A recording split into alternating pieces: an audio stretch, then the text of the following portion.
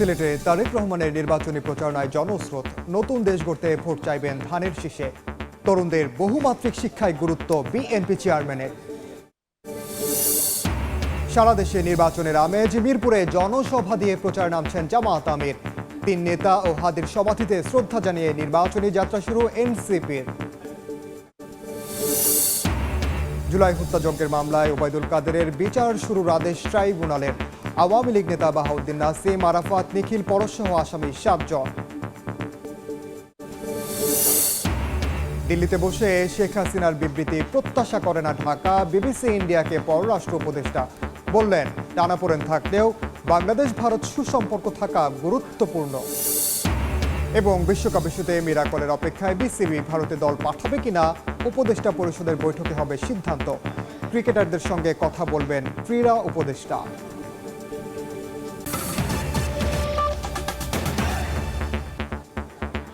সময় সংবাদের সঙ্গে আছি আমি ওমর ইনাম।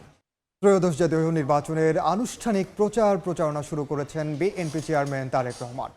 কিছুক্ষণের মধ্যে সিলেটের আলিয়া মাদ্রাসা মাঠে নির্বাচনী জনসভায় যোগ দেবেন তিনি। ভোর থেকে মিছিল নিয়ে জনসভাস্থলে আসতে শুরু করেন নেতাকর্মীরা। ব্যানার ফেস্টুনে ছেয়ে গেছে পুরো এলাকা। আলিয়া মাদ্রাসা মাঠের জনসভা শেষে মৌলভীবাজার, হবিগঞ্জ, ব্রাহ্মণবাড়িয়া, ভৈরব, নরসিংদী ও নারায়ণগঞ্জের রূপগঞ্জে জনসভায় যোগ দেবেন তারেক রহমান।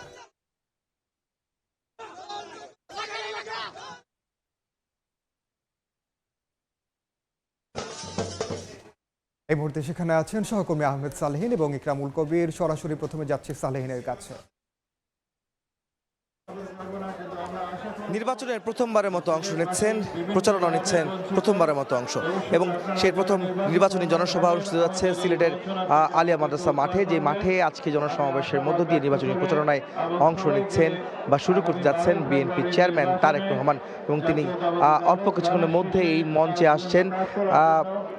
আসবেন এই মাঠে, এবং তাকে ঘিরে যে প্রস্তুতি সম্পন্ন করা হয়েছে ইতিমধ্যে মাঠের চতুর্দিকে লোকারণ্য, লক্ষ লক্ষ মানুষ এই পুরো মাঠ জুড়ে, মাঠের আশপাশে, রাস্তায়, বিভিন্ন বাসাবাড়ির ছাদে, বারান্দায়, জানালায় অবস্থান নিয়েছেন তারেক রহমানের বক্তব্য শোনার জন্য, তারেক রহমানকে দেখার জন্য। শুধু নেতাকর্মী নয়, সাধারণ মানুষও কিন্তু এসেছেন তার এই প্রচারণার সাক্ষী হতে। আমরা বলে রাখতে চাই যে আজকে দুপুর সকাল 11টায় সমাবেশ শুরু হওয়ার কথা ছিল। তারেক রহমানের আগমন, তিনি এখানে আসবেন এবং তিনি বক্তব্য রাখবেন, কিন্তু তিনি এখনও আসেননি। 1 ঘন্টা পেরিয়ে গেছে, যদিও তার একটি অনুষ্ঠান ছিল অন্য একটি জায়গায়। অর্থাৎ তিনি যে হোটেলে অবস্থান করেছেন সেই হোটেলে ইয়ুথ একটি অনুষ্ঠান ছিল ইয়ুথদের নিয়ে। সেই প্রোগ্রামে তিনি অংশ নিচ্ছেন। সেখানে তিনি বক্তব্য রেখেছেন যুব সমাজকে তিনি কীভাবে কাজে লাগাতে চান দেশের যে নতুন বাংলাদেশ বিনির্মাণের ক্ষেত্রে, এবং যুবকদের আর্থসামাজিক উন্নয়ন এবং যুবকদের যে বেকারত্ব ঘুচিয়ে তাদেরকে যে কর্মসংস্থানের সুযোগ সৃষ্টি করা সহ নানা বিষয়ে তিনি সেখানে বক্তব্য রেখেছেন। তিনি আনুষ্ঠানিকভাবে প্রচারণা শুরু করবেন এই মাঠ থেকে, এই আলিয়া মাদ্রাসা মাঠ থেকে জনসভার মধ্য দিয়ে। যদিও গতকাল রাতে অনানুষ্ঠানিকভাবে তার শ্বশুরবাড়ি দক্ষিণ সুরমায় তিনি তার শ্বশুরবাড়িতে অবস্থান নিয়ে তিনি সেখানে ছোট্ট একটি সংক্ষিপ্ত বক্তব্য রেখেছিলেন, যেখান থেকে তিনি ধানের শীষের পক্ষে ভোট চেয়েছিলেন এবং বিএনপি প্রার্থীদের বিজয়ী করে আগামী দিনে জনগণের সমর্থন নিয়ে ক্ষমতায় যেতে তিনি সাধারণ মানুষের কাছে দোয়া চেয়েছেন, দেশবাসীর কাছে তিনি দোয়া চেয়েছিলেন। যদিও সেটি অনানুষ্ঠানিকভাবে তিনি ভোট চেয়েছেন, তবে আনুষ্ঠানিক প্রচারণা, নির্বাচনী প্রচারণা এবং ভোট চাওয়া সেটি কিন্তু আজকে এই সিলেটের আলিয়া মাদ্রাসা মাঠ থেকে শুরু হতে যাচ্ছে। এবং এখান থেকে তিনি মৌলভীবাজার, হবিগঞ্জ, ভৈরব, ব্রাহ্মণবাড়িয়া, নরসিংদী, নারায়ণগঞ্জ সহ বেশ কিছু জায়গায় তিনি জনসভা এবং পথসভা তিনি করবেন। সেটি তার কর্মসূচিতে নির্ধারিত রয়েছে। আজকে এখান থেকে শুরু হবে, তবে তারেক রহমান এখনও পর্যন্ত এসে পৌঁছননি। তিনি পথে আছেন, যে কোনো সময় তিনি এই মঞ্চে আসবেন এবং তিনি বক্তব্য রাখবেন।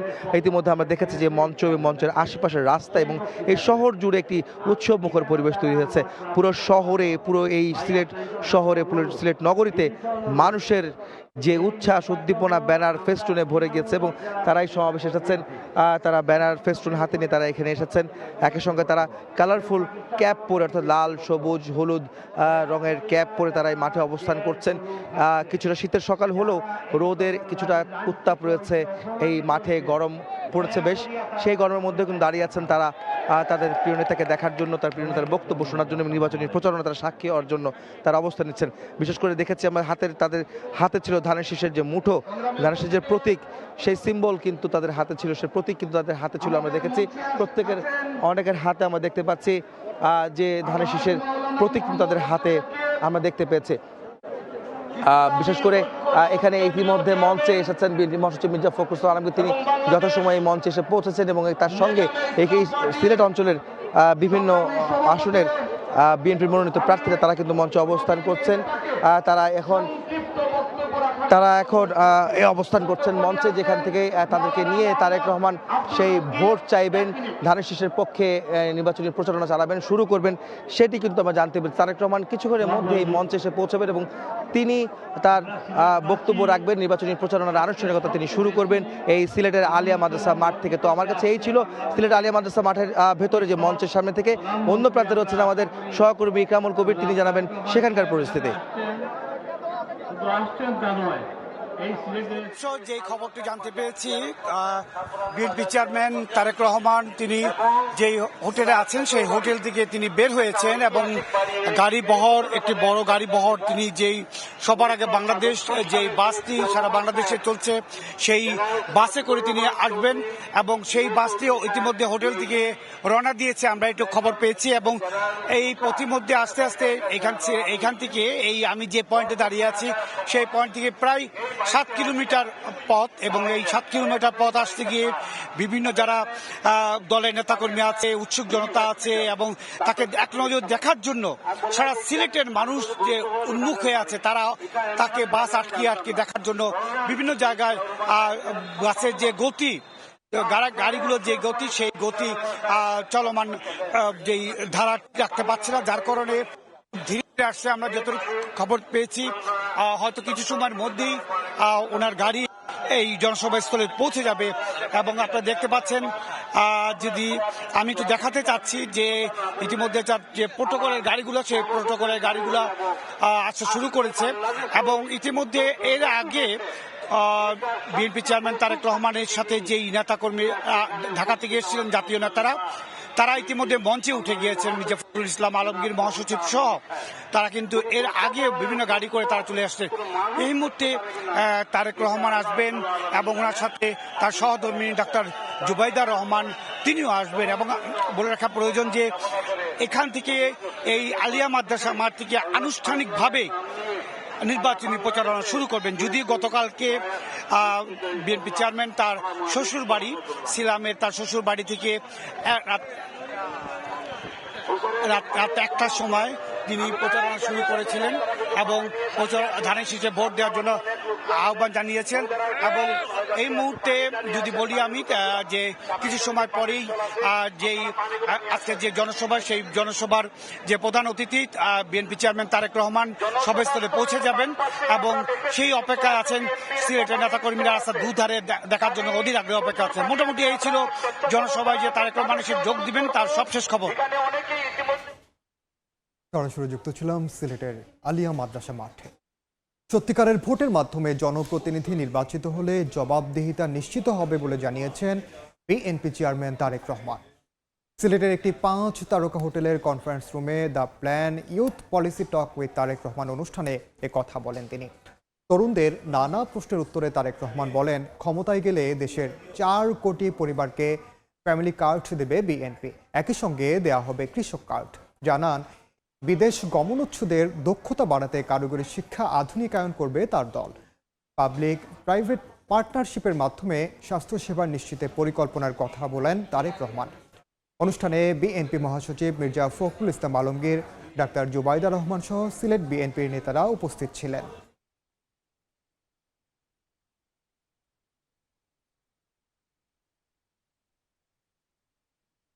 সত্যিকারভাবে আপনার শহরের ওয়ার্ড কাউন্সিলর যে হয় বা মেয়র যে হয় অথবা আপনার ইউনিয়ন পরিষদের যে মেম্বার হয় অথবা চেয়ারম্যান হয়, আপনি যদি ধীরে ধীরে গণতন্ত্র প্র্যাকটিস করার মাধ্যমে সত্যিকার ভোটের মাধ্যমে যদি আপনি এই ব্যক্তিগুলোকে নির্বাচিত করতে পারেন, তখন তাদেরকে গিয়ে আপনি বলতে পারবেন যে এই ময়লাগুলা কেন পরিষ্কার হচ্ছে না, কারণ আপনার কথা তখন মূল্য আছে। সো গণতন্ত্র কিভাবে এখানে আমাদেরকে সাহায্য করতে পারে, এটাও কিন্তু একটা বিষয়। এই ফ্যামিলি কার্ডের মাধ্যমে আমরা প্রথমে এক্সপেরিমেন্ট করব। এটা সরকারের নিয়ম, আপনি যে কোনো কাজ যখন করবেন আপনাকে টেস্ট অ্যান্ড ট্রায়াল করতে হবে। আমরা দুভাবে করব। 5টাতে আমরা এরকম করব যে ওই পরিবারের নারীদেরকে আমরা 2 থেকে 2,500 টাকা মাসে ক্যাশ দেব। আর বাকি 5টা উপজেলায় আমরা যেই পরিবার যেই নারীদেরকে ফ্যামিলি কার্ডটা দিব তাদেরকে আমরা এসেনশিয়াল ফুড আইটেম দিব। সময় সংবাদে আরও থাকছে, নাটোরে জিয়া পরিষদের সদস্যকে গলা কেটে হত্যা, অভিযুক্ত আওয়ামী লীগ নেতার বাড়িতে বিক্ষুব্ধ জনতার আগুন, প্রাণ গেল বৃদ্ধা মায়ের, জড়িতদের আটকে অভিযানে পুলিশ। ঢাকা থেকে নির্বাচনী প্রচারণা শুরু করবেন জামায়াতের আমির ও 10 দলীয় জোটের শীর্ষ নেতা ডাক্তার শফিকুর রহমান। দুপুরে মিরপুরের জনসভায় অংশ নেবেন তিনি। এরপর নির্বাচনী প্রচারণায় যাবেন উত্তরবঙ্গ সফরে। রাজধানী থেকে নির্বাচনের আনুষ্ঠানিক প্রচারণা শুরু করবেন জামায়াতে ইসলামীর আমির ডাক্তার শফিকুর রহমান। বৃহস্পতিবার দুপুরে মিরপুরে জনসভায় অংশ নেবেন তিনি। বুধবার রাতে এক সংবাদ সম্মেলনে তার সফরের বিস্তারিত জানান দলের সহকারী সেক্রেটারি জেনারেল এহসানুল মাহবুব জুবায়ের। আনুষ্ঠানিকভাবে ঢাকা পনেরোতে আমরা আমাদের সম্মানিত আমিরে জামাত এবং কেন্দ্রীয় নেতৃবৃন্দের উপস্থিতিতে আমরা প্রথম সেখানে গণসংযোগ এবং জনসভার আয়োজন করেছি।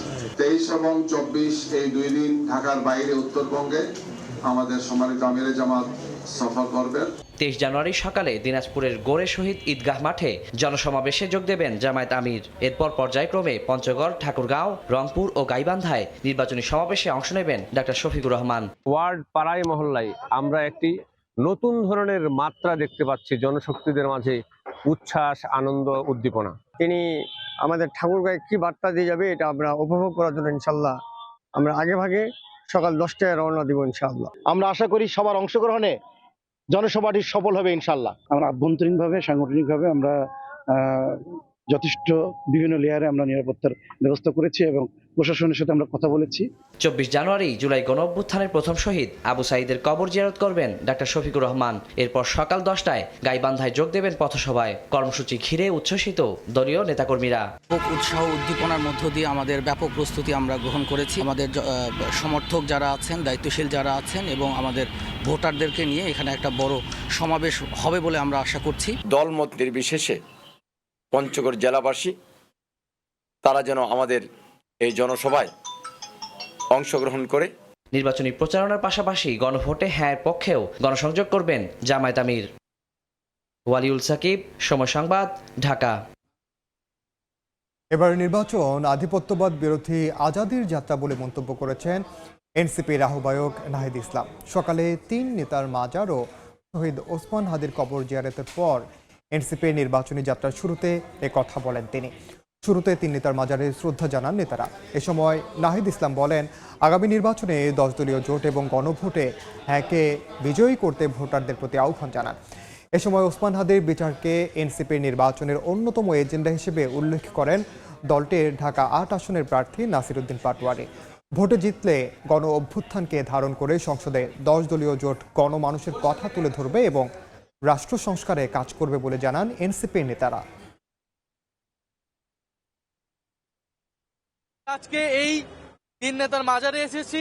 আমাদের জাতীয় প্রধান 2 নেতা শেরে বাংলা একে ফজলুল হক এবং হোসেন শহীদ সোহরাওয়ার্দী তাদেরকে স্মরণের মাধ্যমে এবং আমাদের পূর্বসূরীদের স্মরণের মাধ্যমে আমাদের এই নির্বাচনী যাত্রা শুরু করতে, গণভোটে হ্যাঁ এর মাধ্যমে সংস্কারের যাত্রাকে অব্যাহত রাখুন এবং শরীফ ওসমান হাদি ভাইকে যারা হত্যা করেছেন সেই হত্যাকারীদের বিচার আমাদের আজকের এই নির্বাচনী যাত্রার অন্যতম প্রধান দাবি, অন্যতম প্রধান এজেন্ডা। সংস্কার, বিচার এবং একটি সুষ্ঠু নির্বাচন এই সময়ের আমাদের সবচেয়ে জোর দাবি।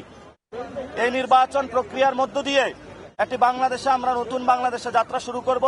আমাদের কর্মসূচির মধ্যে নিয়েছি আমরা গণভোটে হাঁকে জিতিয়ে নিয়ে আসব। তা আমাদের এই জোটেরই জাতীয় নাগরিক পার্টি আজকে তাদের নির্বাচনী যাত্রা শুরু করছে। সারা দেশে নির্বাচনের আমেজ, সব আসনেই চলছে প্রচারণা। বিস্তারিত জানাতে চট্টগ্রামে আছেন সহকর্মী পার্থপ্রতিম বিশ্বাস, বরিশালে অপূর্ব অপু এবং ঠাকুরগাঁওয়ে জিয়াউর রহমান বকুল। শুরুতে যাচ্ছি পার্থর কাছে। পার্থ, উৎসবমুখর পরিবেশে চট্টগ্রামের কদমতলী এলাকা থেকে নির্বাচনী প্রচারণা শুরু করেছেন চট্টগ্রাম 11 আসনের বিএনপির প্রার্থী আমির খসরু মাহমুদ চৌধুরী। আমরা এখন আছি চট্টগ্রামের কদমতলী এলাকায়। এখানে ঠিক কিছুক্ষণ আগে থেকেই তিনি নির্বাচনী প্রচারণা শুরু করেছেন এবং আপনারা দেখতে পাচ্ছেন প্রচুর পরিমাণে দলীয় নেতাকর্মী সেই নির্বাচনী প্রচারণায় অংশগ্রহণ করেছেন। বিএনপির অঙ্গ সংগঠনের যারা নেতাকর্মী আছেন সবাই কিন্তু আমরা দেখছি উৎসবমুখর পরিবেশে আজকের যে নির্বাচনী প্রচারণা শুরু হয়েছে সেই প্রচারণায় অংশগ্রহণ করেছে। এবং কিছুক্ষণ আগে আমরা আসলে আমির খসরু মাহমুদ চৌধুরীর সাথে কথা বলেছিলাম, চট্টগ্রাম 11 আসনের প্রার্থীর সাথে। তিনি আমাদেরকে জানিয়েছেন আসলে জনগণ ব্যাপক উৎসাহ উদ্দীপনার মধ্য দিয়ে আজকে যে প্রথম দিনের যে নির্বাচনী প্রচারণা সেই নির্বাচনী প্রচারণায় অংশগ্রহণ করেছেন। আপনারা দেখছেন আমির খসরু মাহমুদ চৌধুরী তিনি কিন্তু আমাদের সামনে আছেন, আমরা সরাসরি আছি। আজকে প্রথম দিন নির্বাচনী প্রচারণা কেমন লাগছে? প্রথম দিনের নির্বাচনী প্রচারণা কেমন? ভালো। জনগণ বহুদিন পর তাদের ভোটাধিকার প্রয়োগ করার জন্য অপেক্ষা করছে। তাদের মধ্যে যে উৎসাহ উদ্দীপনা স্বাভাবিকভাবে সবারই ভালো লাগার কথা। এই মুক্ত বাংলাদেশ তো আমরা চেয়েছিলাম। মানুষ মুক্ত হবে, তার ভোটাধিকার প্রয়োগ করবে, তার প্রতিনিধি নির্বাচিত করবে, যারা তাদের কাছে দায়বদ্ধ থাকবে, জবাবদিহি থাকবে। এটাই তো বাংলাদেশ চেয়েছিল। ধন্যবাদ। আমরা দেখছি চট্টগ্রাম 11 বিএনপি আসনের প্রার্থী আমির খসরু মাহমুদ চৌধুরী কদমতলী এলাকা থেকে নির্বাচনী প্রচারণা শুরু করেছেন এবং আজকে সারাদিনেই তিনি কিন্তু চট্টগ্রাম নগরীর 11 আসনের বিভিন্ন এলাকায় তার যে নির্বাচনী প্রচারণা সেই নির্বাচনী প্রচারণা কিন্তু চালাবেন। এবং আমরা একটু জানিয়ে রাখি, শুধু ছাত্র দল থেকে শুরু করে যুব দল, মহিলা দলের নেতৃবৃন্দ সবাই কিন্তু আমরা দেখছি একসাথে এই নির্বাচনী প্রচারণায় অংশগ্রহণ করেছে। তো এই ছিল আমার কাছে এখনো পর্যন্ত চট্টগ্রামের 11 আসন থেকে আমির খসরু মাহমুদ চৌধুরীর প্রচারণা সর্বশেষ খবর। আমরা যাচ্ছি বরিশালে, সেখানে আছেন আমাদের আরেক সহকর্মী অপূর্ব অপু।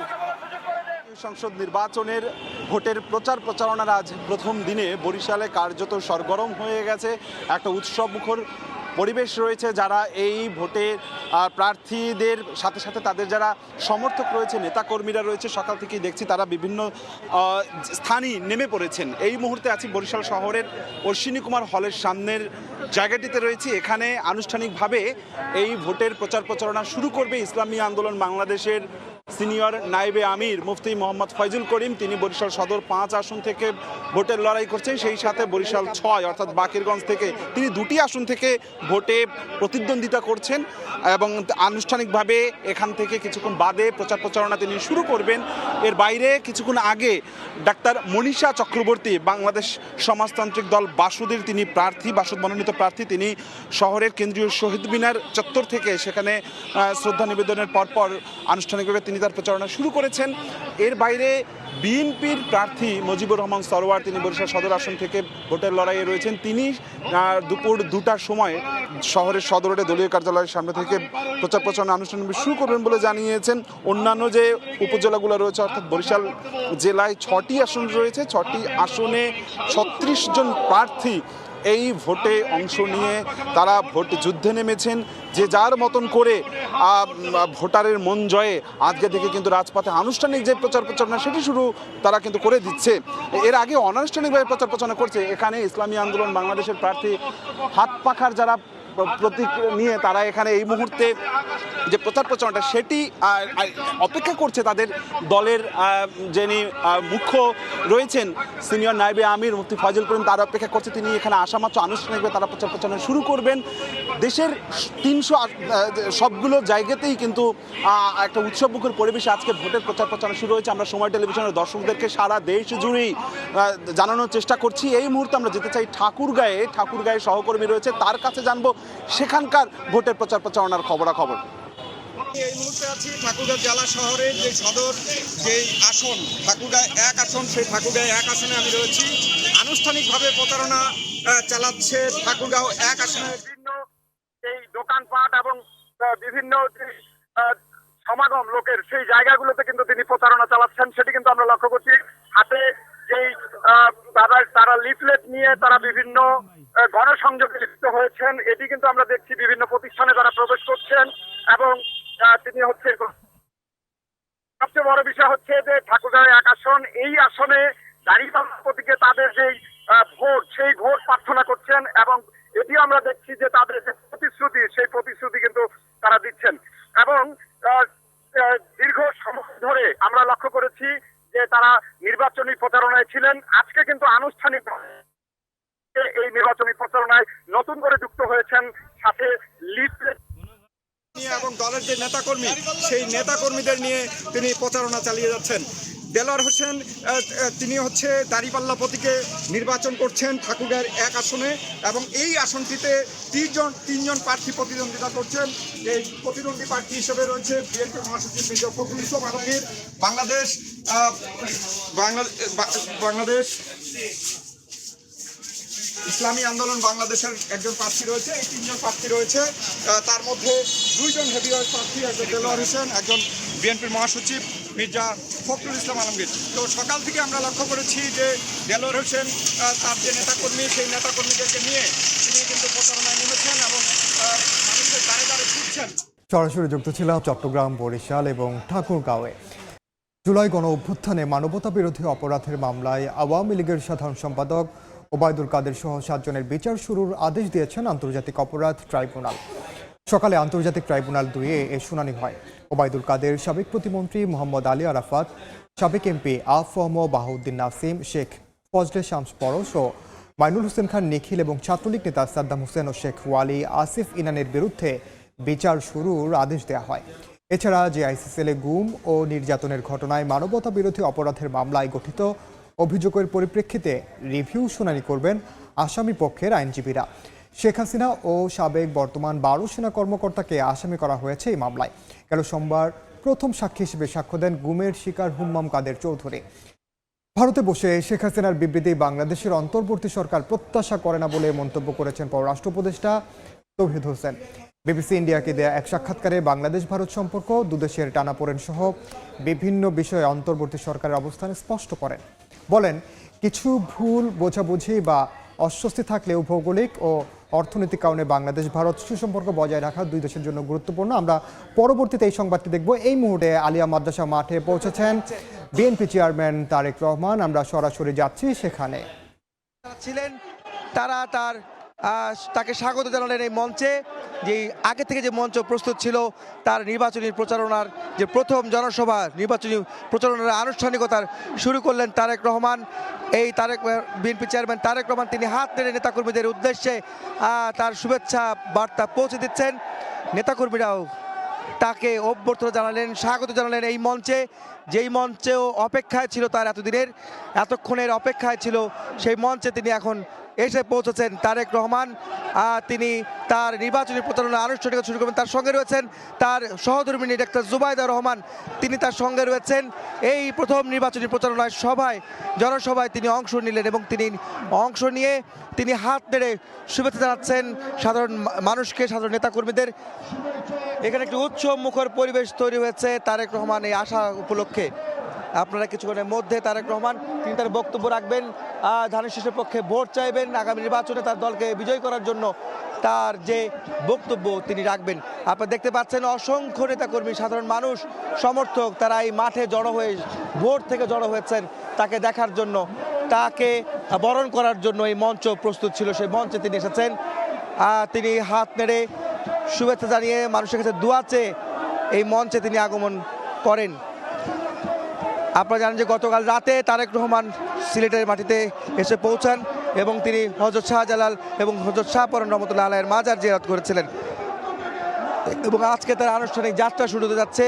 তার আনুষ্ঠানিক যে নির্বাচনী প্রচারণা, নির্বাচনী জনসভা দিয়ে আজকের এই আলিয়া মাদ্রাসা মাঠে তিনি এসে পৌঁছানোর পর তাকে তার নেতাকর্মীরা স্বাগত জানিয়েছেন, অভ্যর্থনা জানিয়েছেন। আপনারা দেখতে পাচ্ছেন তারেক রহমান তিনি এই মঞ্চে এখন অবস্থান করছেন। কিছুক্ষণের মধ্যে তিনি বক্তব্য রাখবেন। সকাল 11টায় তার এই সমাবেশ শুরু হওয়ার কথা ছিল এবং সকাল 11টায় তার এই মঞ্চে অবস্থান নিলেনই মাত্র এবং আসার কথা ছিল সকাল 11টায়। তবে তার আরও একটি অনুষ্ঠানে যুক্ত হওয়ার কারণে তিনি দেরি হয়েছে তার আসতে, যে কারণে 12:30 অর্থাৎ 1.5 ঘন্টা পর এই সমাবেশে তিনি এসে পৌঁছলেন। তারেক রহমান কিছুক্ষণের মধ্যে তিনি বক্তব্য রাখবেন। নেতাকর্মীরা উচ্ছ্বাস দেখাচ্ছেন, হাত নেড়ে শুভেচ্ছা জানাচ্ছেন তারেক রহমানের প্রতি। অসংখ্য নেতাকর্মী, অর্থাৎ হাজার হাজার নেতাকর্মী, লক্ষ লক্ষ নেতাকর্মী, সমর্থক, সাধারণ মানুষ আজকে জড়ো হয়েছেন আলিয়া মাদ্রাসা মাঠকে ঘিরে। এই মাঠের আশেপাশে সকল রাস্তায় এই মানুষের যে ভিড় উচ্ছ্বাস আপনারা দেখতে পাচ্ছেন। তারেক রহমান কিছুক্ষণের মধ্যে বক্তব্য রাখবেন। তিনি এখন মঞ্চে অবস্থান করছেন, নেতাকর্মীদের শুভেচ্ছায় সিক্ত হচ্ছেন, ভালোবাসায় সিক্ত হচ্ছেন তারেক রহমান। এখন আমরা শেষ করতে যাচ্ছি, কিছুক্ষণের মধ্যে তিনি বক্তব্য রাখবেন, তার বক্তব্য আমরা সরাসরি সম্প্রচারিত করব, সেই আশা ব্যক্ত করে শেষ করছি আমার এখনকার পরিস্থিতি। সরাসরি যুক্ত ছিলাম সিলেটে আলিয়া মাদ্রাসা মাঠে। সময় সংবাদে আরও থাকছে, গ্রিনল্যান্ড ইস্যুতে সমঝোতার পথে ট্রাম্প, চুক্তির কাঠামো তৈরির ঘোষণা, ইউরোপের উপর বাড়তি শুল্ক স্থগিত, খনিজ আহরণে একসঙ্গে কাজ করবে যুক্তরাষ্ট্র ইইউ। এবার বাণিজ্যের সংবাদ।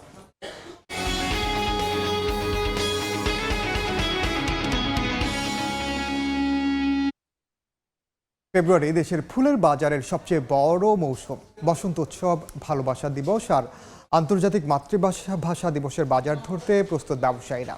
ব্যস্ত যশোরের গদখালি ও ঝিনাইদহের চাষিরা।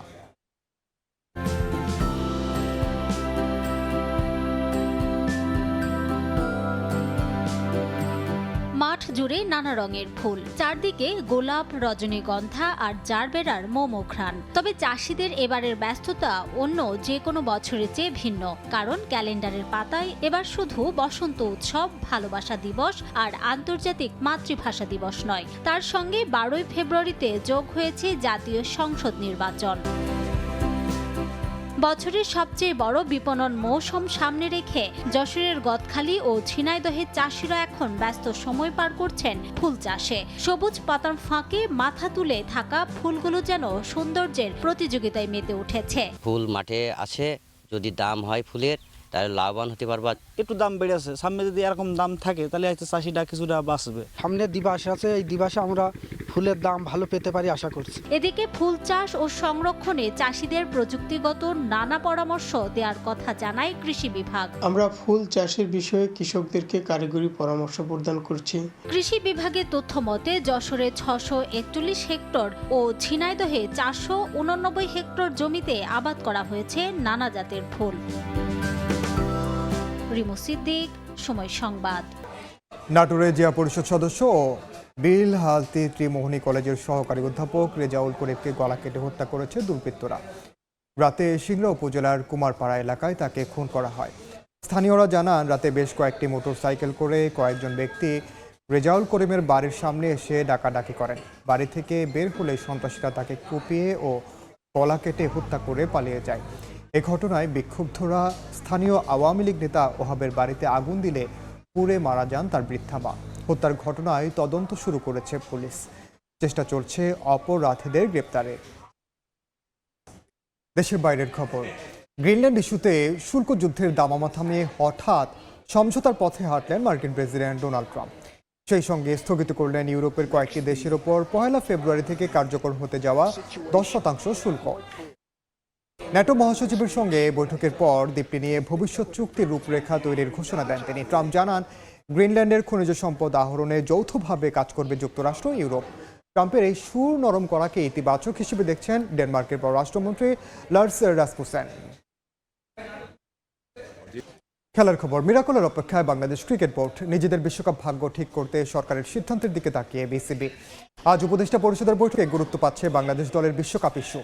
সেখানে চূড়ান্ত সিদ্ধান্ত নেবেন প্রধান উপদেষ্টা ডক্টর মোহাম্মদ ইউনূস।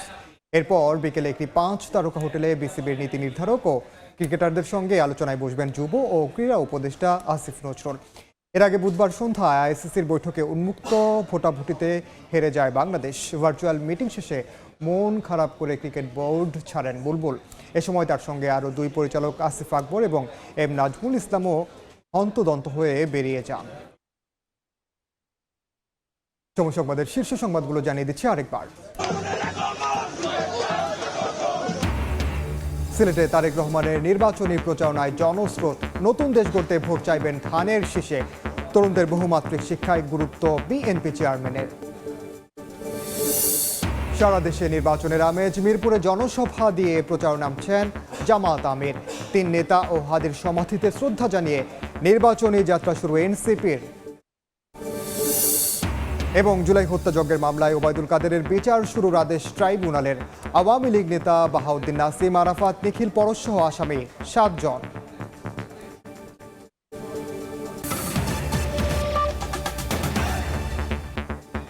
এই ছিল দুপুর 12টার সময় সংবাদে। এরপর খেলার সময়ের সঙ্গে থাকবেন সহকর্মী মাকসুম আলম খান। ওমর রিনান, আপনাকে ধন্যবাদ। খেলার সময়ের আয়োজন নিয়ে আসছি কিছুক্ষণ পর, সঙ্গেই থাকুন সময়ের।